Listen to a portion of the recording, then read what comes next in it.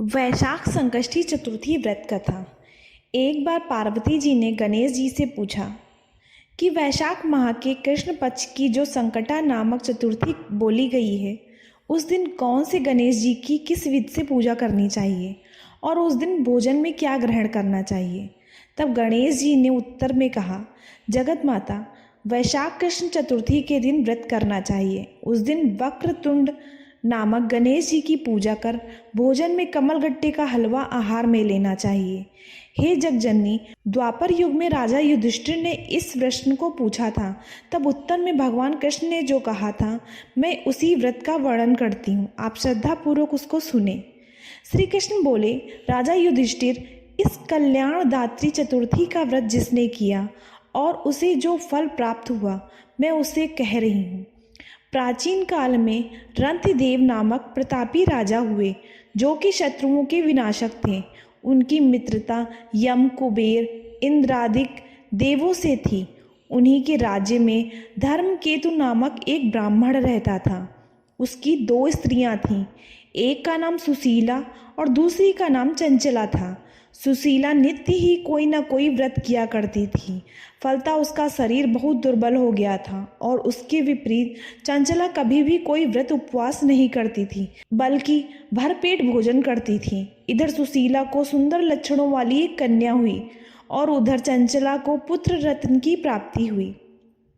यह देखकर चंचला बारंबार सुशीला को ताना देने लगी, अरे सुशीला, तूने इतना व्रत उपवास करके शरीर को जर्जर बना डाला, फिर भी एक कन्या को जन्म दिया। मुझे देख, मैं कभी व्रत के चक्कर में ना पड़कर हष्ट पुष्ट हूँ और वैसे ही बालक को जन्म दिया। अपनी सौत का व्यंग सुशीला के हृदय में चुभने लगा। वह विधिवत गणेश जी की उपासना करने लगी।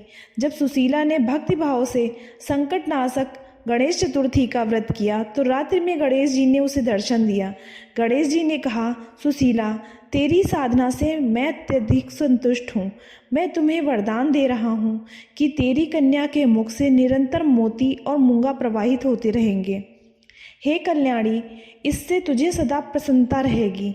हे सुशीले, तुझे वेद शास्त्र वेदता एक पुत्र भी उत्पन्न होगा। इस प्रकार का वरदान देकर गणेश जी अंतर ध्यान हो गए। वरदान प्राप्ति के बाद से ही उस कन्या के मुख से सदैव मोती और मूंगा झड़ने लगे। कुछ दिनों बाद सुशीला को एक सुंदर पुत्र उत्पन्न हुआ। कालांतर में उनके पति धर्मकेतु का स्वर्गवास हो गया। उसकी मृत्यु के बाद चंचला घर का सारा धन लेकर दूसरे घर में जाकर रहने लगी, परंतु सुशीला पति गृह में रहकर ही पुत्र और पुत्री का पालन पोषण करने लगी। चंचला हाथ जोड़कर कहने लगी, हे बहन सुशीला, मैं बहुत ही पापिन और दुष्टा हूँ, आप मेरे अपराधों को क्षमा कर दीजिए।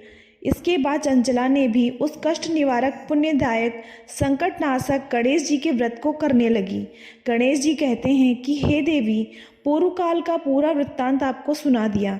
इस लोक में इससे श्रेष्ठ विघ्न हरण कोई व्रत नहीं है। श्री कृष्ण जी कहते हैं कि हे धर्मराज, आप भी विधि पूर्वक गणेश जी का व्रत कीजिए।